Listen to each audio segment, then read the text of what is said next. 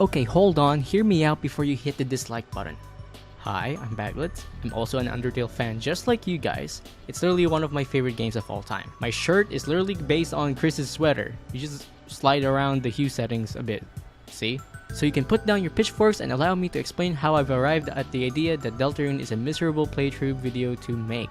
For the sake of the people who clicked this video without knowing what Undertale and Deltarune is, why are you here? Undertale is a unique indie RPG game created by Toby Fox. You play as a human child who fell from above, so you talk or should you fight? Either go pacifist or monster genocide, it's up to you, it's your own Undertale. Your actions here actually matter as it affects the story and ending. Wonderful game, you should absolutely play it! Now Deltarune is Toby Fox's follow-up game project. This is Undertale's parallel universe with a more structured game mechanics and a chapter-based format that releases like every 3 or 4 years. And with the new ones coming tomorrow, it's natural why the fans are so hyped about it. I literally woke my neighbors up by screaming at the monitor when Deltarune Chapter 3 and 4 showed up in the Nintendo Direct. And because fans are so excited for the upcoming chapters, some of us in the fandom may be too excited to the point that they may ruin other people's experience with the game. To put it simply, I think the Deltarune backseating situation is crazy. Take me as an example, since I'm also part of the problem. One day, me and my friends were having a Discord voice chat. 2 of them were watching the other one play Deltarune for the very first time. They were almost done with chapter 2, the part where they're about to confront the queen. However, they haven't seen the secret Spamton boss fight, so our inner fan kicked in because we didn't want them to miss this cool thing in the game and basically went, okay, so you see that door that has the colorful flames on the floor? You should go there and choose trash zone. So you go at the very left and you'll meet Spamton to buy the key. And then remember the room filled with the queen statues? So there's a secret switch there that you have to flip which reveals a passage. I know it looks scary there, but just keep going. There should be another switch. Bro, you're bad at this, just keep avoiding the project. Okay, now this time go back to Spamton and go back to where you found the empty disc. This made them stop playing and never finish the game, and I feel so bad when I realize what I've done. They were enjoying the game, but I ruined it by backseating them. Oh my gosh, is this an apology video? Backseating.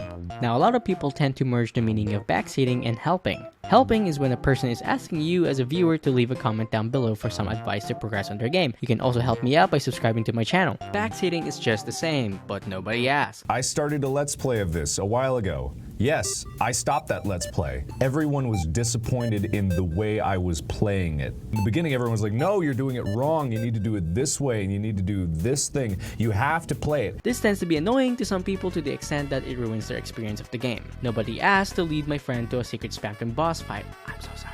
Just so we're clear that backseating applies to games in general and not just Deltarune. I just think Deltarune is just one of the most prominent ones, and I took the opportunity to talk about backseating since it's been a problem for a lot of people. Back when Undertale came out in 2015, its popularity came from the ground up until big content creators discovered the game and made a Let's Play series out of it. And as a content creator, of course they have to make sure to cover as much as they can in a game. Every secret, every ending, everything. But why the hell are they doing this to themselves? They do it for you as a viewer, as an audience, because we love seeing their reactions to the game. And it would be a shame if they miss something because they wouldn't get to react to it, and we'd get disappointed. So we backseat them. Provide them the ideal experience to make sure that they don't miss anything from the game. But would we really call this experience theirs? Well, you know, I want to discover things for myself. When you played this game, you probably didn't get too much backseating yourself, right? Nobody was like going over the neck and being like, yo, blah, blah, all that stuff, right? There are 3 reasons worth mentioning that led to people backseat Deltarune content, by the way. With Undertale, the game progression most of the time relies on your actions during a battle screen, and each battle essentially has 2 outcomes. Either you spare or kill the monster. You move around with your heart to dodge the monster's attacks because you lose the game once your HP goes down to 0. That's it. In Deltarune, it has the same essentials as Undertale, but now you have a party of 3, with each you have to assign an action to. Not only that, they added toilet paper. Yeah, you apparently get more toilet paper if your heart is close to the enemy's attacks. Once you have enough toilet paper, you can now have one of the party members cast a sleeping spell on the enemy. You understand how there's so much stuff you can do in Deltarune? I think the game is too funny. There is a lot of funny stuff that happens in the game and they don't usually appear right in front of you. Some of them you have to look for. I think the time gap between each chapter release also contributes to the backseating issue.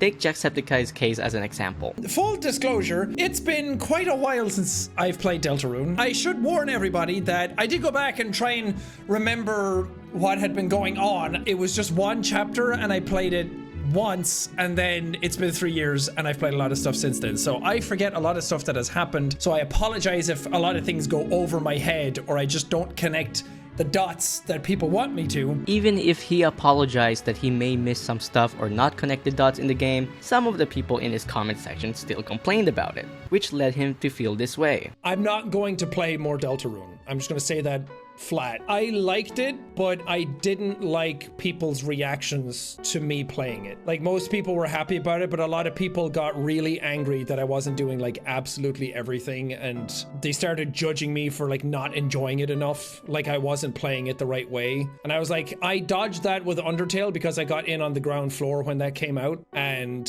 I just had fun with it. But now with Deltarune, I think the community has gotten so aggressive that it wasn't even that I disliked it. I was having a good time. I just didn't absolutely love it. And that wasn't enough for some people. But I'll play it in my own time, probably. And honestly, that works too. The whole point of a game is to have fun, and with him playing it on his own time with no cameras attached, that's already a win. It's also fine if the YouTubers we love and respect do not continue playing Deltarune. They have their own reasons, because they're living humans with feelings too. It's not the end of the world, and it's not too late to fix the backseating issue. If you get butthurt by the stuff I've said in this video, I'm sorry, but you might want to check out yourself because you may be part of the problem. If not, good job. Now go share this video to someone who needs to hear this. It's been 4 years since. There are tons of new creators that have sprouted and haven't played Deltarune before, and I know backseating is inevitable, but at least one of us is now aware of it. So let's make sure that their playthrough is their experience to avoid making it miserable for them. Thanks for watching.